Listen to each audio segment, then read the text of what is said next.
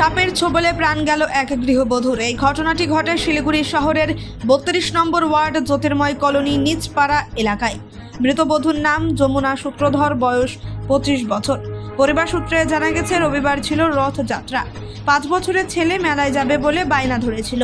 সেই সময় নিজের ঘরে সাজগোজ করছিল। সেই সময় ড্রেসিং টেবিলের আয়নার নিচ থেকে একটি বিষাক্ত সাপ কামড়ে দেয়, পাশাপাশি পেঁচিয়ে ধরে বলে অভিযোগ। সেই সময় চিৎকার করে পা নাড়িয়ে সাপটিকে কোনো মতে ছাড়িয়ে বাইরে বেরিয়ে আসেন।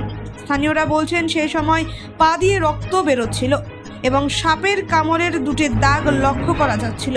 তড়িঘড়ি স্থানীয়রা সেই বধূকে নিয়ে যান উত্তরবঙ্গ মেডিকেল কলেজ হাসপাতালে। সেখানে চিকিৎসা চলাকালীন সেই বধূর প্রাণ চলে যায়। এই ঘটনার পর এলাকায় নেমে আসে শোকের ছায়া।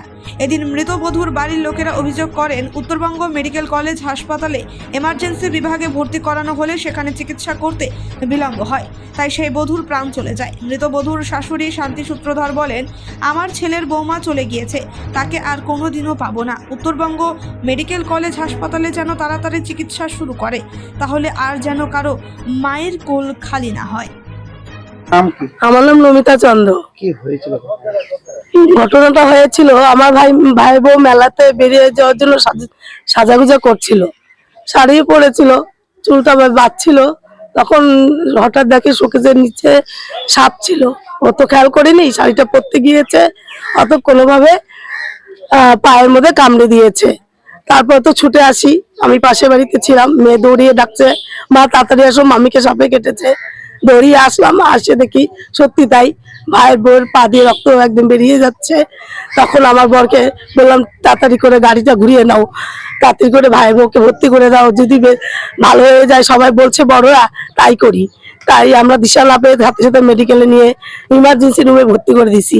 তখন তারা কোনো কারণেই, কোনো ব্যবস্থায় তারা তখন স্বীকৃত মানে কোনো কিছুই করেনি। তারা হয়তো তারা নিয়ে ফেলে রেখেছিল, আমি সেখানে উপস্থিত ছিলাম না হয়তো, কিন্তু আমার হাজবেন্ড ছিল, আমার ভাইয়ের বড় শালি ছিল, আমার বড়দি ছিল, আমার বড় জামাইবাবু ছিল, সবাই ছিল ওখানে, আমি ছিলাম না। আমি পরে গিয়েছি, পরে গিয়ে আমরা অনেক লোকজন 3 গাড়ি মিলে গিয়েছি।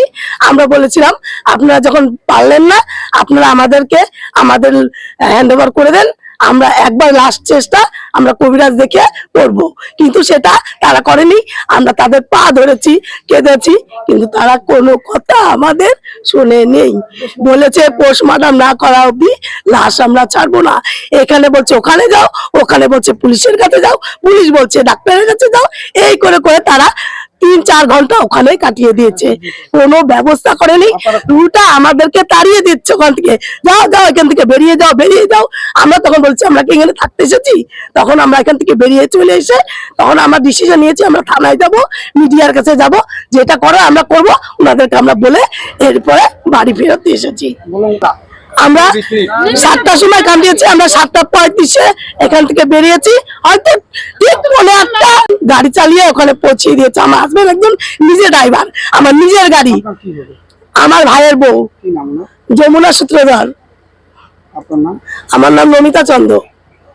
কিন্তু আমার ভাই বউকে ওরা ফিরিয়ে দিতে পারলো না, আমাদের কোনো লাশ চিকিৎসা করার ব্যবস্থা করে দিতে পারলো না। এরকম জানি কোনো মানুষ মেডিকেলে ভর্তি না করতে যায়। হ্যাঁ, হতেই পারে, আমরা তবু চেষ্টা করছি আমরা বাঁচানোর জন্য, যে আপনারা পুলিশকেও বলছি, আপনারা চলুন, আপনাদের খাওয়া খরচা দিব, তেল খরচা আপনাদের হাতে হ্যান্ড ওভার করে দেবো, আপনারা লাশ নিয়ে পোস্টমর্টমে কি করবেন করেন।